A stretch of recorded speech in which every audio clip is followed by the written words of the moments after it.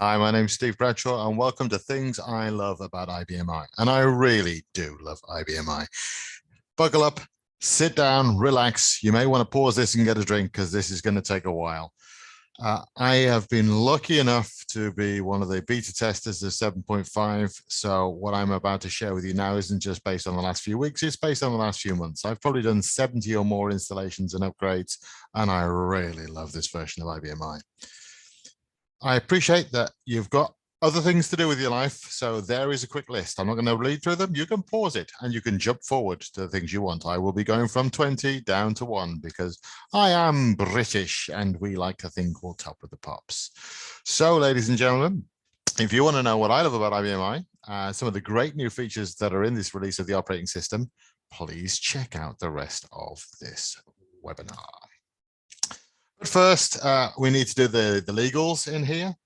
You may be used to seeing IBM disclaimers if you go to a conference, and they have trademark descriptions. So they've got lots of lawyers who are very, very clever, and probably paid by the word in many different languages.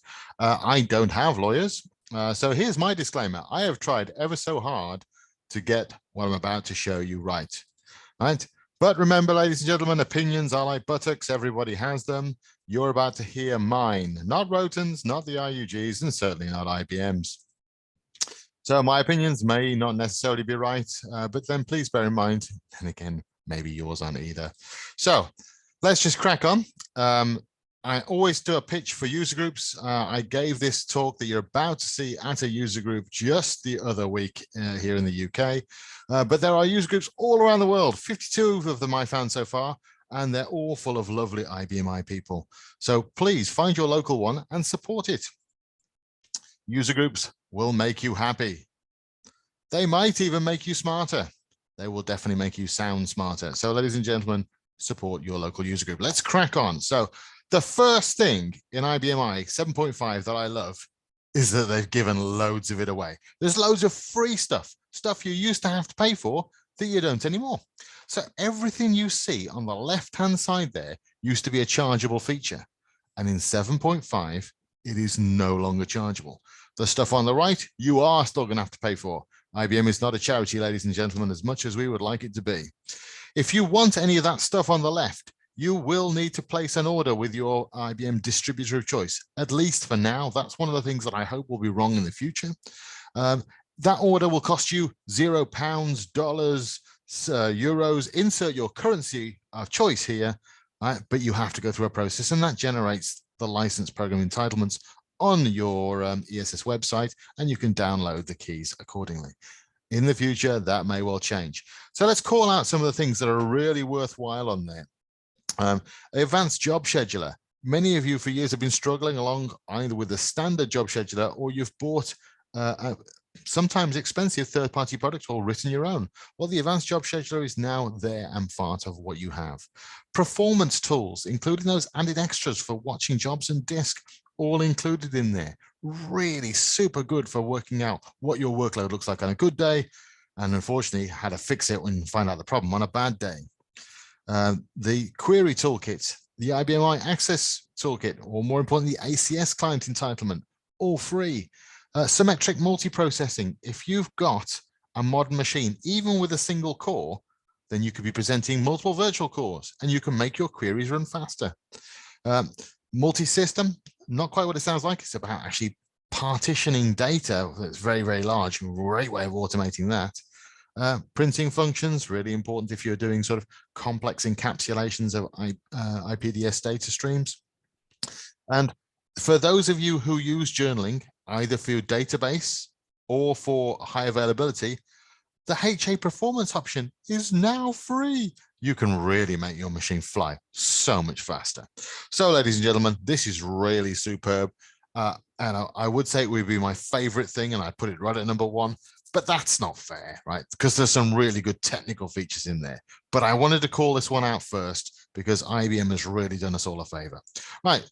So there's more detailed information there along with a link. You can pause it if you want it. I'm going to skip over it. Number 19. This is the one that's getting most of the headlines as I record this. Merlin, the modernization engine for lifestyle. Oh dear gosh. This is why they call it Merlin. modernization engine for lifecycle integration.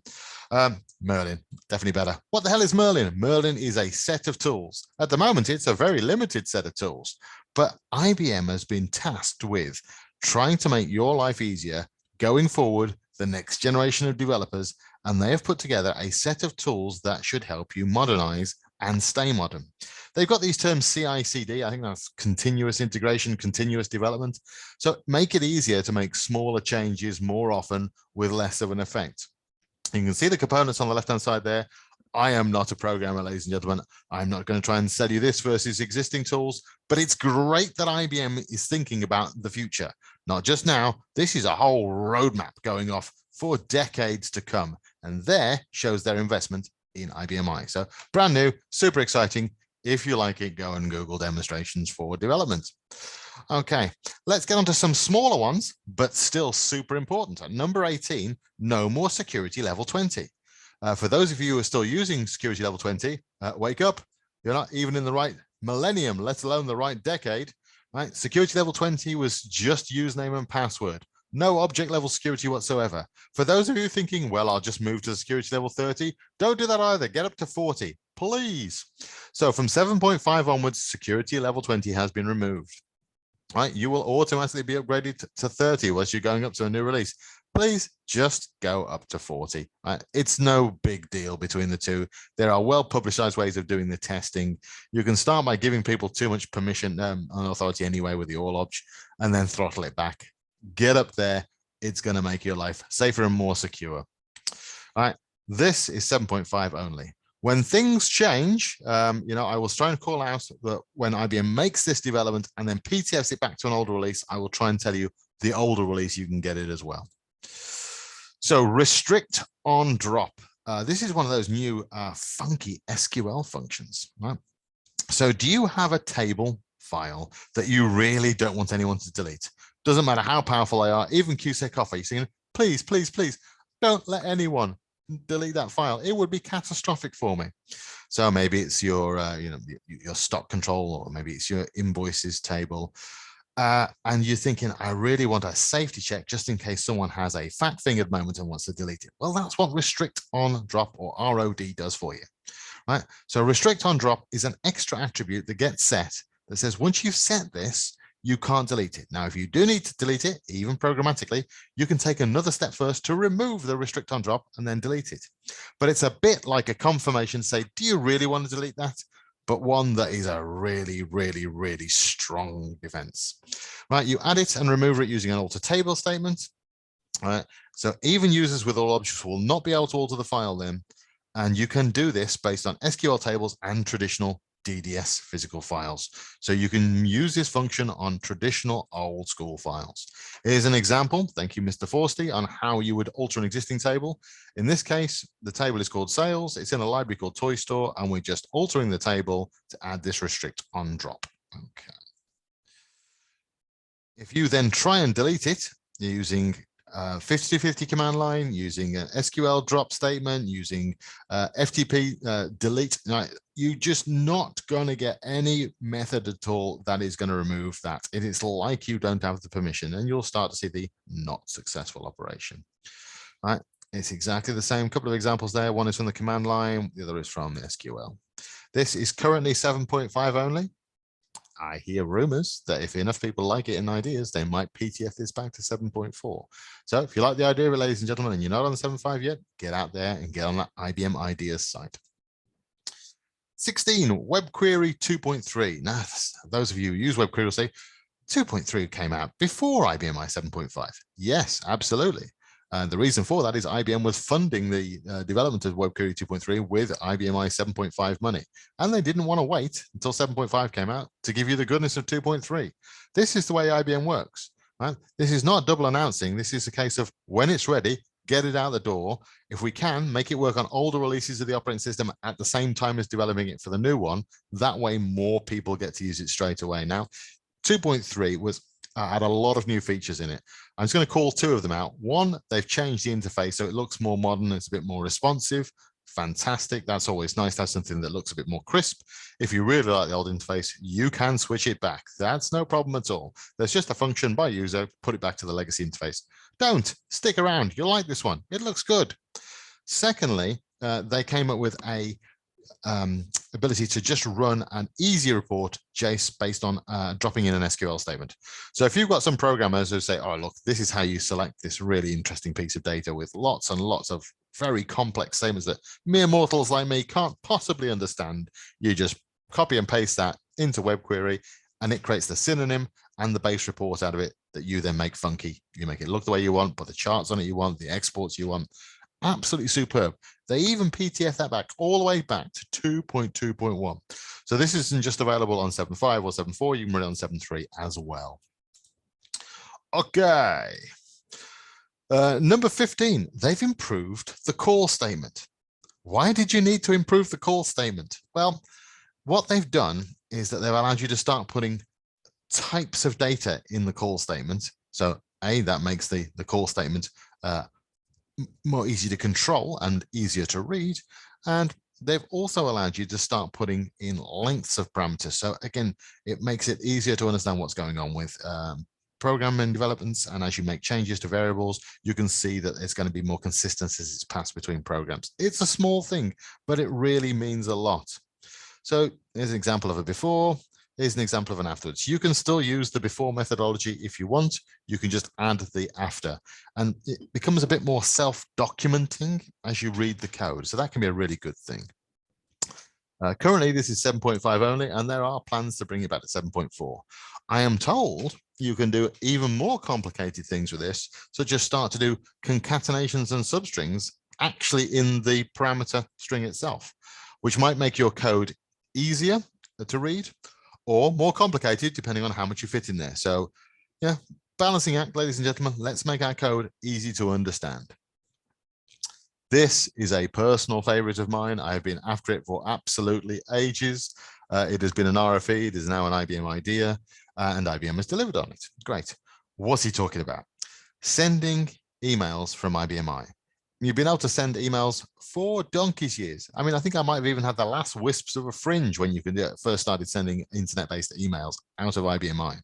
But what you couldn't do was easily change the from email address, who it was coming from.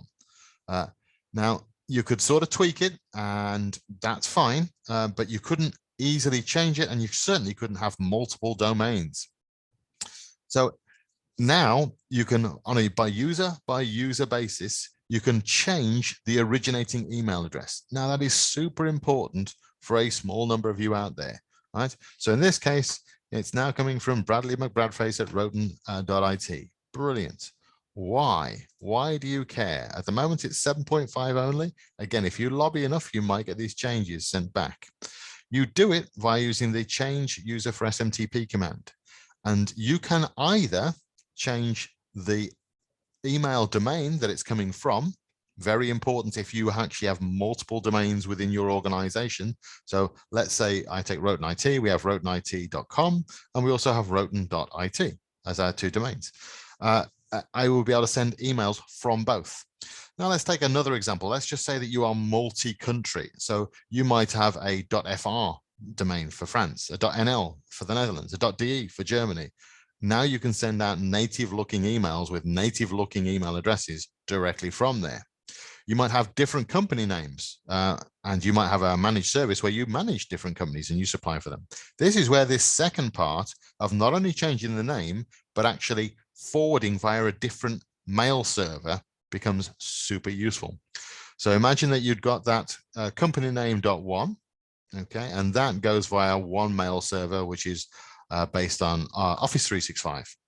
And then you've got company name .2, and for whatever reason, that one is using Google for its mail. You can forward through both of those, and they still get all the legitimate mail tracking, and indeed anti-spam filtering, and also the authentication to say you are who you say you are. A third mail domain, maildomain.3, might use a local exchange server. A fourth one might use a Domino server, excuse me. All of that is now possible using that variable name and variable forwarding. Super useful if that's for you. So some examples down the bottom there where I might be sending, in this case, from Roten IT or from the IUG, the user group here in the UK. Routes via 2 different mail servers. Alrighty, at the moment, 7.5 only. Number 13, restore user profile star all is no longer restricted. Okay, this is the ability to restore the attributes of a user profile from one system to another. Before, when you used to do a restore user profile, if you had the star all in there, then you had to have the machine in a restricted state. Okay, the dedicated system, as they called it. There's a good reason for that. You were not only bringing back all the user profiles and all of their passwords, but also all of their permission structures as well. But lots of you have lobbied and said, no, we would like to be able to do this. We are grown-ups, and if we want to cause some chaos, we can do it. Be careful, there can be some unusual side effects, especially if you haven't got the restore back in there. Right? If you don't know what I'm talking about, then don't do this. If you do, then enjoy your new freedom. 7.5 only at the moment. I haven't heard any plans about that going back any further. This one has been kicking around for a long time. It's a small thing, but it's a very useful thing. Some users are better at typing in their passwords than others. And up until now, you only had the ability to actually set the maximum number of user sign-on attempts before it becomes invalidated as a system value. So it's set for the entire system. So now you can still have the system value set, or you can override it on a user-by-user basis, anywhere between 1 and 25 attempts. Those of you who are asking for unlimited in there, get over it. IBM's not going to do that. That would make it more machine prone to being brute forced. But this is useful for those people who are a bit fat-fingered, and maybe you've got your restriction set on 3, and there's just that one user, you're just thinking, okay, I'm going to have to do this 5 because they can just never get this right. This is there for you right now. Very useful. So that's how you change it, and you apply it on a user-by-user basis. Quite handy for things like GUI servers as well, where you've got system accounts. If you do find that they are being invalidated and you need to revalidate them, you can write exit programs to do that, or indeed message monitors. Watch jobs, there are multiple ways of doing it. When you hit the maximum trip, then you are still doing what it says in the maximum sign-on action. So that's what it follows there. 7.5 only, but very useful. Say goodbye to all the 2s. There are IBM I engineers all over. Those IBM CEs who are going to be turning up to replace those disks are going to freak out because they always say, can you give me the password for all the 2s, please? What is he talking about? Well, there are 2 sets of users in your IBM environment. The SST/DST, dedicated service tools and system service tools users, that people log in to do maintenance work at a very low level on your IBM I. Typically, they're using these for disk management when they're physically swapping out units or resizing things. IBM used to ship 2 default passwords in there, all the 1s, 8 1s, and all the 2s, 8 2s. At 7.5, these are going away. If you do a fresh install, they won't be on there. If you upgrade to 7.5, after you've upgraded, they will still be there. But the first time you install PTFs, after that, they will be removed. So they are going away. The following default users will remain: QSecOffer and QServe. QServe will be disabled by default. QSecOffer will not. As you upgrade to 7.5, if QSecOffer is at its default value or disabled, it will prompt you to get it re-enabled. Please, please look after these. And I also strongly recommend you create your own, that is not all the 2s or all the 1s, your own one, and you keep that information safe. The pre-installed systems will ship without them. At 7.5, when you upgrade, when you put the first set of PTFs on afterwards, it will remove them. Okay, please don't add them back just because you can. Don't do that. SST password for QSecOffer will be asked to change during upgrade. Okay, so that is 7.5 only. All righty, no more user enumeration. What the hell is he talking about? User enumeration is when you can work out whether a user exists even if you don't know the password. So in the bad old days, if you typed in user Roten and the wrong password, it would tell you that the password was not correct for that profile, which meant you knew the profile was correct. Now you can just start guessing. These days, when you do it, it tells you it could be the user that's wrong, or it could be the password's wrong. So you don't know that extra fact. Therefore, you are no closer to brute force guessing. This is a huge step forward and it will be delivered automatically at IBM i 7.5. Right. If you want to do it for older versions of IBM i, you can actually do a change message description at the top here. Something along those lines. If you were to change it using this message queue file here, it will allow you to put your own default text in there. And for years, I've been saying invalid sign-on attempt. And if you do that for all of these message IDs, you can stop that user enumeration.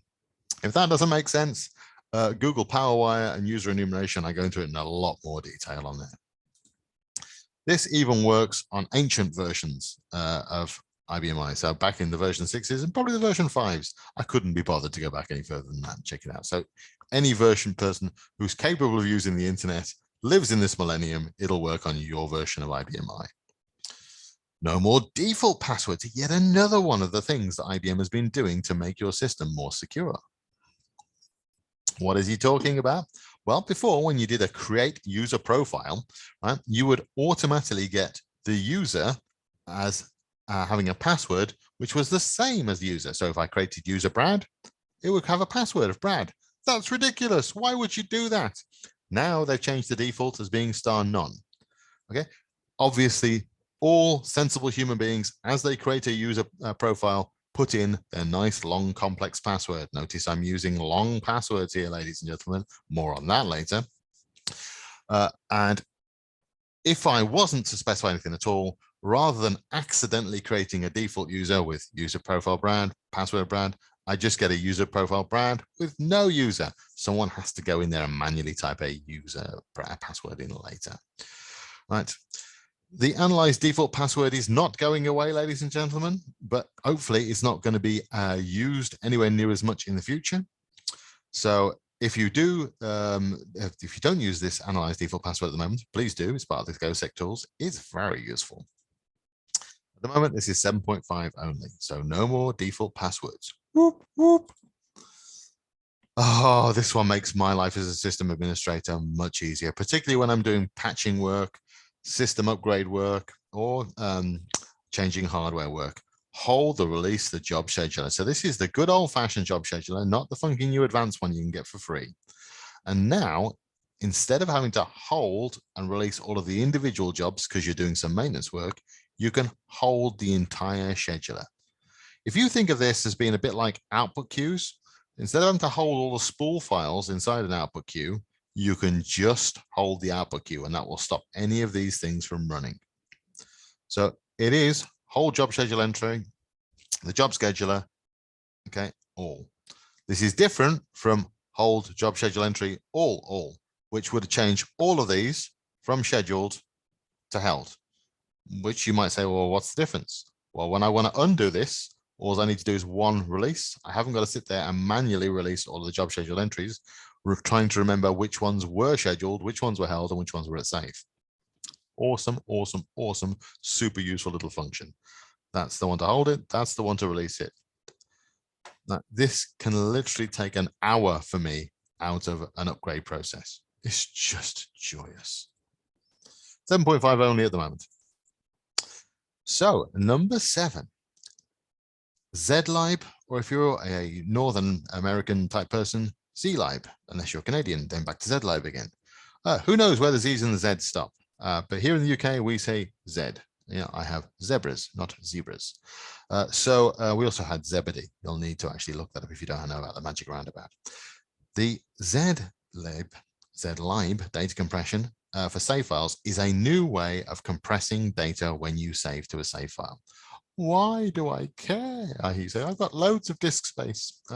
And indeed, I could always use high before, and that did a quite good job of compressing. All right, fine. Yes, it did. But it had a massive impact on your processor and took longer.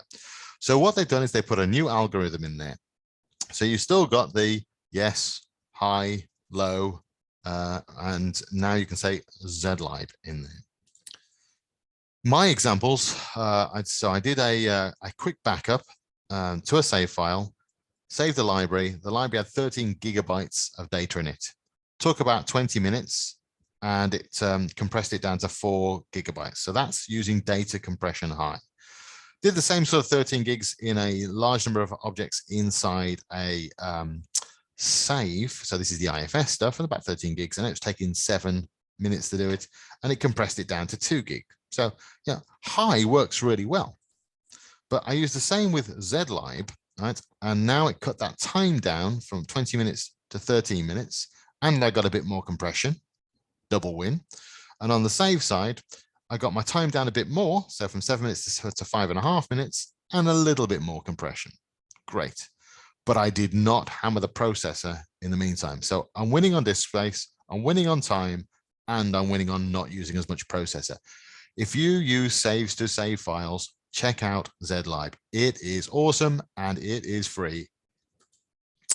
Right, these were my tests. This is not IBM benchmarks. Yours may vary. A lot will to vary down to what sort of data it is that you're compressing and whether or not, in the case of the IFS stuff, it's semi pre-compressed, already fully pre-compressed. You'll get the idea when you play with it. 7.5 only, ladies and gentlemen. Would nice to see that one go back to 7.4. If you really, really want that, get on that ideas website. Another one of these things that's been developed during the 7.5 development cycle time, so that's the last 3 years, and has been made available to older versions of IBM I, the new Navigator for I interface. There is a brand new web server service built from the ground up on your IBM systems. You'll notice it looks different from the get-go. Much cleaner, much more agile, modern standards. The old one, the old heritage navigator, as we call it, that has been sunset much more quickly because of the security problems that we saw with Log4j and others. So IBM has decided to focus very much on this new navigator interface, and that is a very good idea. Because not only is it more secure, built on modern standards, it enables you to actually manage multiple systems, that's multiple LPARs or multiple physical different systems from a single pane of glass. That's right. You log in to just one management system and you could manage 20, 30, however many systems you've got. I mean, really could be 100, all from that single pane of glass. So in this case, I'm managing 2 different systems, IUG3 and IUG2. It is much easier to read. Everything has filters. Everything can be moved into sequencing. Very responsive. I mean, much faster response times than before. Again, because they've designed it from the ground up. They've used the fastest and most modern ways of doing things. So that's IBM I services. It's open source frameworks for the GUIs, and you will notice the difference. You really will. Even on the same server. So let's say you were running this on a Power 8 or a Power 9, and you were to upgrade to the new Navigator for I at 7.4 or 7.5, then on the same hardware with the same amount of processor and the same amount of disk, the same amount of RAM, the same configuration, it will run faster, I guarantee it. Other nice thing about it is they've got this SQL button in the corner, and everything that they do on the screen, they give you a sample of the SQL. So if you then want to go and create a web query out of it or embed that in your application, here's the examples of how they did what they did. I've done a really easy one here. Some of these are hairy long, but I wanted to get an example to be easy to see and easy to read. You can even click on the button to run the SQL and it will launch ACS and allow you to run and play with it. Super good. All right, so this has been PTF back to 7.4 and 7.3 as well. I really like this because I feel that if you take color schemes and alignments aside, this style of application development really is a great blueprint for what a modern IBM I application should look like. So big thumbs up from me for what you're doing at IBM. Carry on. I know there's more functions you're adding, but keep going. Superb. Right. Back into one of the more security related topics, improved password encryption. I know it's not very exciting, but it is very important in this world of cybersecurity. This is 7.5 only. There is a new function for password encryption. If you know what password-based key derivation function 2 is, wonderful, well done for you. If you don't, it's a harder way of encrypting, slashing, more difficult to decrypt, more difficult to hack way of encrypting your passwords. Okay, it is activated by changing the password level to 4. Before that, it only went to 3. Now we can go to 4. When you get into that sort of 2, 3, and 4, you get that longer password length I was showing you earlier. Please, please, please make sure you're at least using 128-bit mixed case complex passwords. It'll make your system feel more modern, and it'll make it a lot more secure. If you're going to go that far, then why not wind it all the way up to password level 4? Because then if you do have to expose your system to the internet for whatever function, this will make password guessing much more difficult. There is also an option to turn this on in SST. IBM chose to use security level 3 for that. I know it was the next one that was available, but it would have been nice if they'd have just jumped up to 4 and skipped 3 so that the two matched. So if you see, if you are making the move to 4 in your IBM world, please update your SST as well. One of the things that you'll see as a side effect, and this is a good thing, even though it doesn't sound like it should be, is that it takes longer for the password to be calculated.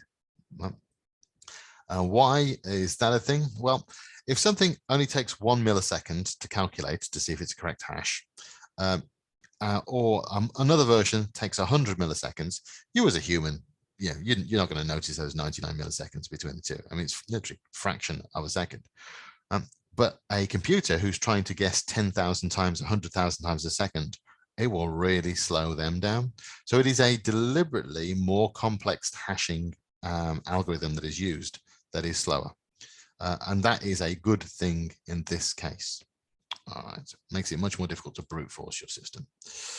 All right, make your SST passwords more secure. Manage them from IBM, not just within SST. This came in back in 7.4. You have a whole host of extra security and SST user management tools that functions and tools that came in IBM 7.4. They are listed on the screen. If you are not familiar with those, pause it for a moment. Just look at those bits at the bottom. It will help you a lot to make your machine more secure from bad people. 7.5 and 7.4. All right, getting into the home straight now, ladies and gentlemen. These are the things that I love the most. There's an improvement in the IBM save and restore of the IFS. Not many of you are going to get excited about this, but there's those of us who actually do an awful lot of backups and we are watching what's going on that really love this. Back in the old days, in sort of version 5 of the IBM, you only had this one figure over here when you were backing up the IFS. And it sort of worked out how many objects it had discovered. It didn't even tell you how many it had managed to save, just how many it discovered. So you'd see this number clock up. Then as we got into the version 6.1s and 7.1s, we had these two numbers. So how many objects have you discovered in your backup or your restore, and how many have you actually dealt with so far? Well, that was a big improvement because you could actually see the progress that the backup was making and you're much more informed. But the problem we have with the IFS is one of those objects could be just sort of 1K, 16K, really small, tiny object, or it could be a terabyte. So the time it takes to process one object might be a fraction of a second, or it might be a full hour. So just seeing these object counts doesn't help. So what IBM has done is include a byte count next to it. So you can actually see the progress going through of the backup. This is particularly useful if you have I hosting I, so you've got some very large objects on the IFS, namely the virtual disks that you're presenting down to your client. All right, so you can see that this extra function is what they've added. It's there on the save, it's there on the restore. Really, really useful. Thank you, IBM, for thinking of us mere mortals of sysadmins. 7.5 only. Just a reminder, at 7.5, async bring is now turned on by default. Yes, async bring was created back in 6.1 and it was by default. It was available in 7.1. Oh no, was it created in 7.1 and PTF back to 6.1? That sort of thing. But it's been turned off by default. You've had to enable it for the last decade. Well, now it'll turn it on. Why should you care? It will make your backups of the IFS faster if you have lots of small files. If you have tens of thousands or hundreds of thousands of small text files that are not pre-compressed, this is a pre-compressing job that goes, fetches them out, brings them together, and then splats them out. I mean, I've literally seen it half the backup time of systems where I have lots and lots of small objects. This has been available for absolutely forever, but it wasn't turned on by default. It is now turned on by default. So, right. Into the top three. I love NVMe's. If you want to know how much I love them, go and watch another webinar I did on what's all the fuss about NVMe's. One of the things you do need to know about anything solid state is that things wear out. And now you have a health monitor. Things wore out when we had spinning disks as well, before you get all down on SSDs and NVMe's. But with an NVMe, you can specifically see how long you've got left. And you could never predict how long you've got left on a disk until it was almost dead. And quite often, as and when it died. So now you've got a green on black version of it, which tells you the life remaining and how many hours it's been on and lists your NVMe's. Or you can have a nice GUI. The GUI is 7574 as part of the new navigator for interface. Told you it was good, didn't I? And the green on black one is purely 7.5 only. So I would definitely suggest that you do it in the new nav interface. But if you want to get all old school and do it in SST, you've got it available to you in both. Just as a reminder, this is the summary of what's all the fuss about NVMe's. I did lots and lots of testing comparing a system that was identical. The only difference is modern Power 9s with the best spinning disks with the caches on them, different RAID configurations up against the modern Power 9 with NVMe's.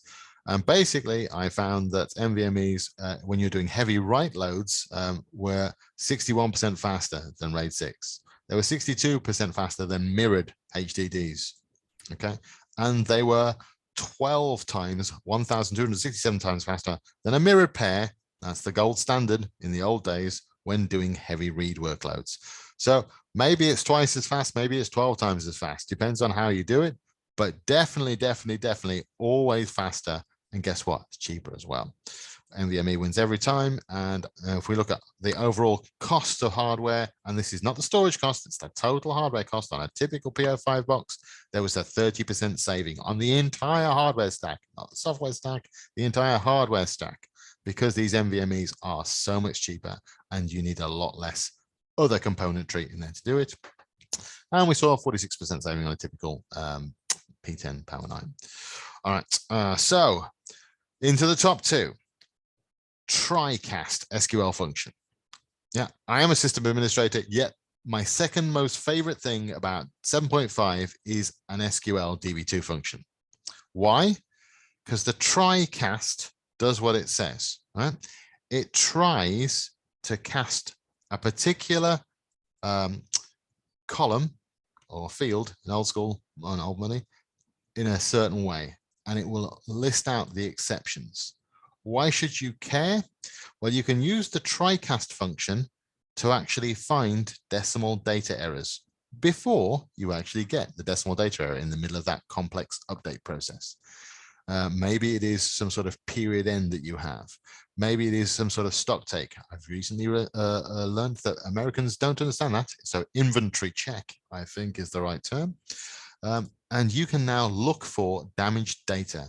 The way it works is, let's run a select where we're trying to make this particular field as an integer and just give me the ones back where I've got problems. There's the Tricast function. I now can get a list of all of the relative record numbers where I have bad data inside the table. That is so powerful. Imagine that you've got this complicated routine. The last thing that you want is for it to fall over in the middle of this period end. Now you can prep and clean your data beforehand. And that'll make you much more confident when you go into that routine. So detect decimal data errors before they crash your programs. And an extra message from Uncle Scott, who gave me these examples, is right, this function can also be used in a before insert or before update trigger. That means you can not only detect the fact that you've got a decimal data error, you can fix it on the fly as well. Awesome, awesome, awesome. Well done to the DB2 team. This is superb. I don't think any other operating system has this function. So it's been PTF'd back, I think, into 7.4, and there's details of that on that support page there. So my favorite thing about 7.5 is actually a function that was introduced in 7.4. And it was awesome in 7.4. DB2 Mirror for I was a great way of having continuous availability. So you got two different nodes. Brilliant. If you have firmware updates or you want to do some hardware maintenance, you didn't need to take your system down. But the thing that I really like about it is that if you've got two nodes in a DB2 Mirror, you can have that node there at 7.4, and you can have that one there at 7.5. So these two probably started their life both at 7.4. Fine. And as part of the rolling upgrade, I said, well, I'm just going to take node 2 offline for a moment. All the work's going to run on node 1. Okay, it's active, remember. So no downtime to the application. Get that one up to 7.5. Then make sure I'm happy. Great. Then upgrade node 1 to 7.5. Now I've got both in there. The application never went down. Right. So DB2 Mirror supports mixed operating system levels. DB2 Mirror for I supports mixed operating system levels. I've got to keep repeating it. This is really important. This means those of you tell me you have no downtime window available for me to do the upgrade of your operating system. Doesn't care anymore. Can do it without that. Do PTFs without that. Everything can now be done continuously. It's super important. So have you got any questions? Well, if you have, you either need to find me or you need to put them in the chat. So I hope you found that useful. I know it was a fast whistle stop thing. If you've got other things you want me to talk about, let me know. So I've been Steve Bradshaw. Best advice is written on the wall behind me. I hope to see you soon. Cheers. TTFN.